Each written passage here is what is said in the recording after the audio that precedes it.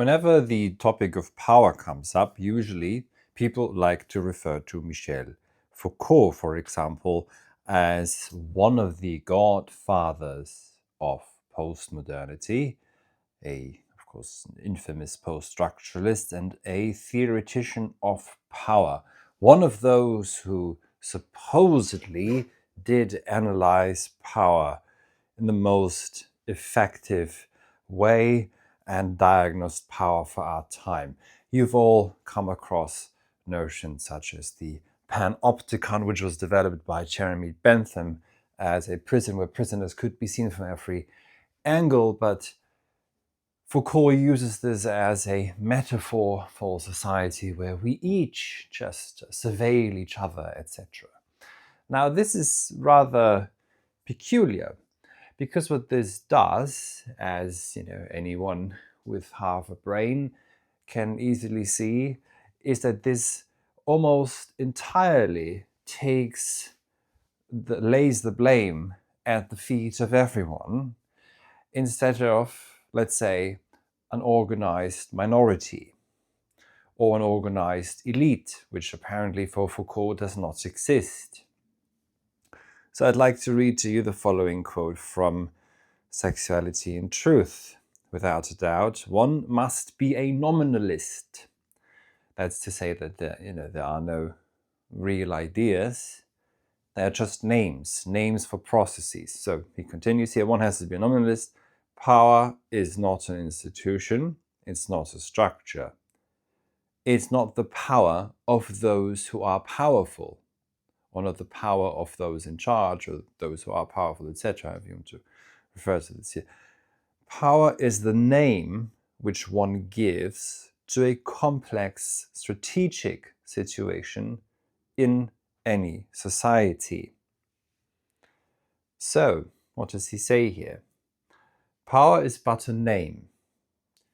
It's not a concept. It's not a real idea. And it's not anything that would genuinely manifest, even just situationally, in someone or in a group or in a specific institution.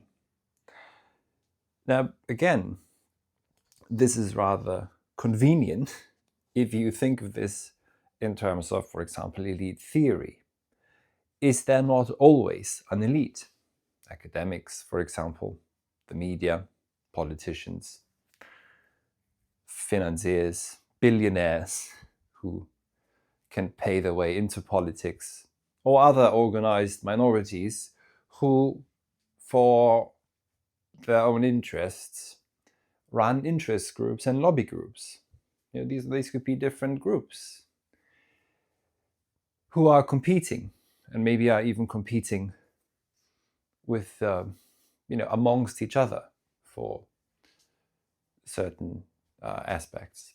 And even just, a sort of a basic materialistic account, we would have to say, isn't there always competition for material wealth and distribution? And now Foucault would say, yes, there is, but this is just really a strategic situation that's complex. By complex, he means to say it's ultimately obscure. It's so diffuse, you can't really make out because the players are always changing, the situation keeps changing. Ultimately, what he's saying is just a blank check. It's an apology. No one's in the driving seat ever.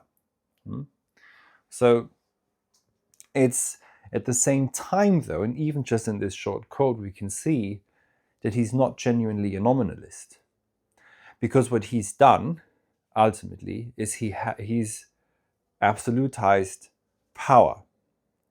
In how far? Even though he says that power is just a name given to a complex situation, what, as a matter of fact, is the outcome of this diagnosis is that now power has to be postulated as a real concept. So he becomes a conceptual realist that then applies as an ersatz idea, as it were, to any situation. So now any and all situations is just broken down to power relations, which at the same time apparently are so diffuse that no one can really organize within it. Now again, what this does, quite strikingly, and this is supposedly a thinker of the left, is he gives a blank check to those in power. He gives an apology to those in charge, be that an organized minority, billionaires. Now I do wonder, where is the left? There has never has there been, when people talk about neo-feudalism, etc. It's not neo-feudalism what we live under. Neo-feudalism would mean that you have a feudal lord who sits on the same shoal as you, on the same land as you, dependent on the same land as the peasant, living either with the land or on the land, but ultimately dependent upon it and dependent upon also the peasants. It's a proper master-servant dialectics.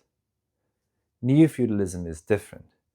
You have a parasitical overclass that is completely rootless, that can move around and actually dreams of, some of them at least, dreams of shooting themselves to Mars, wanting to escape this because they know rebellion is coming at some point.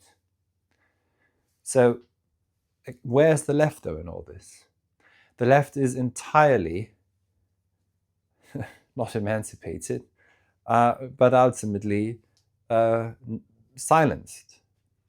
Because what they worry about is giving the right name to certain situations, the right names and labels, etc.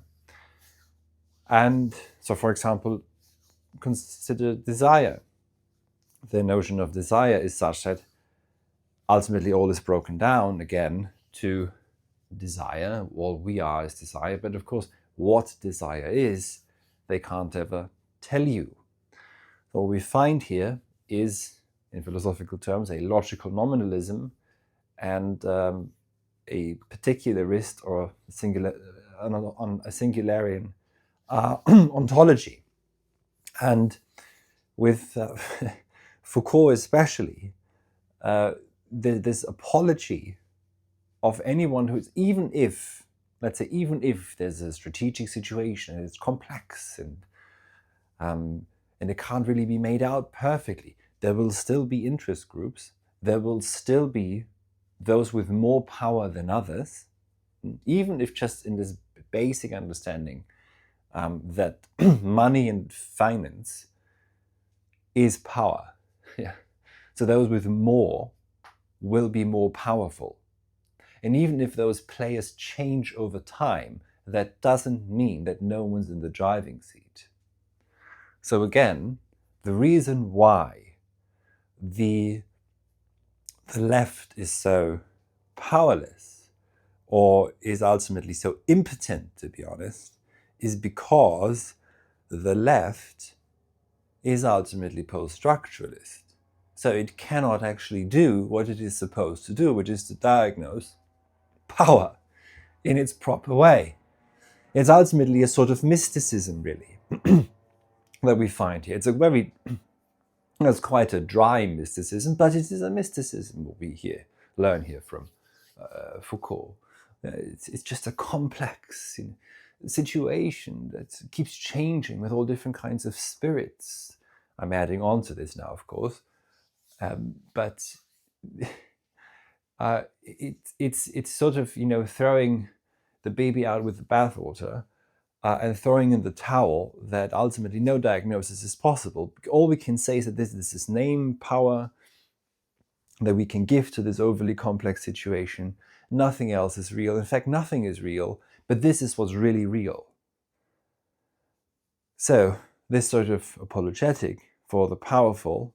Now, you have to wonder then, of course, why does someone like Foucault rise to such heights, and why is he still being read? Perhaps that has to do with power, don't you think? Thank you very much for listening. And before you go, head over to my Halcyon Academy website and take a look at the courses that we offer there. We've had hundreds and hundreds of students over the past 5 years taking our courses, be that on Plato, Aristotle, Heidegger, Hegel, Goethe's Faust, and many, many more. So if you want to really dive deep into philosophy, this is the place to go, where we write together the philosophy of the future.